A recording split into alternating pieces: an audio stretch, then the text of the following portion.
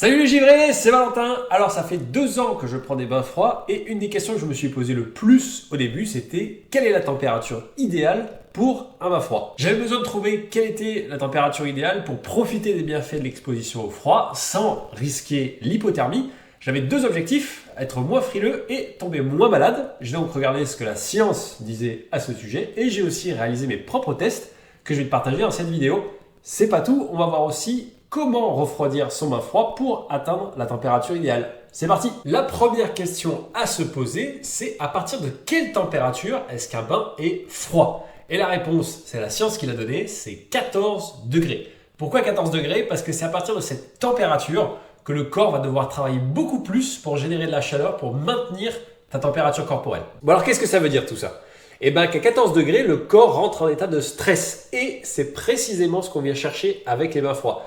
Les bains froids, ça fonctionne sur un principe, tout ce qui ne tue pas rend plus fort. Et c'est justement ce qui va nous rendre plus fort. Mais est-ce que la température idéale, du coup, c'est 14 degrés? Eh bien, pas forcément.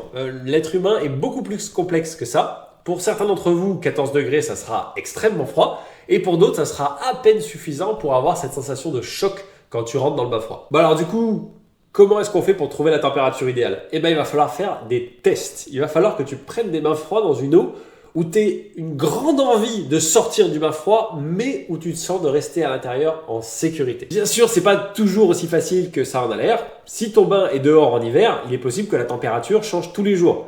Dans ce cas, il va falloir que tu adaptes la durée dans laquelle tu restes dans ton bain froid. Personnellement, je vais rester beaucoup moins longtemps dans une eau à 5 degrés que dans une eau à 10 degrés. Je te renvoie juste ici pour la vidéo pour savoir combien de temps tu dois rester dans un bain froid. Donc, pour conclure cette partie, si tu es un débutant, commence dans un bain froid à 14 degrés et ensuite baisse la température petit à petit au fur et à mesure que tu es de plus en plus à l'aise. Mais c'est pas tout de vouloir prendre des bains froids, il faut aussi arriver à le refroidir. Alors, avant de chercher à refroidir quoi que ce soit, je vais te donner 2 conseils de base pour économiser de l'argent et de la glace.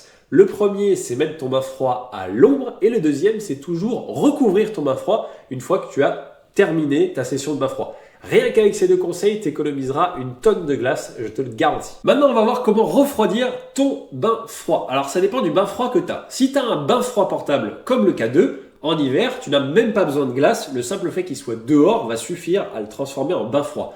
Pendant la partie printemps, automne, ça va peut-être être nécessaire de rajouter un petit peu de glace pour le refroidir.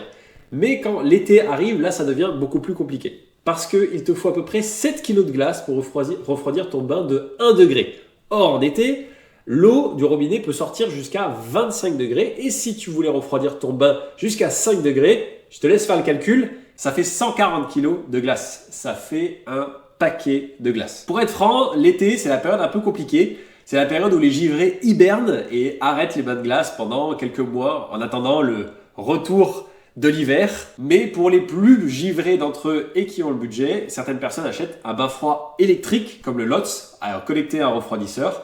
Et là, dans ce cas, il n'y a plus besoin de glace et tu peux profiter d'un bain froid toute l'année. Mais une autre question que tu peux te poser, c'est comment je vais trouver la glace pour refroidir mon bain froid? Donc il y a 3 solutions. La première solution, c'est de la fabriquer toi-même avec des moules à glace comme ceux qui sont fournis avec le bain froid K2, ou bien si jamais tu en veux une plus grande quantité, tu peux investir dans une machine à glaçons que tu auras chez toi.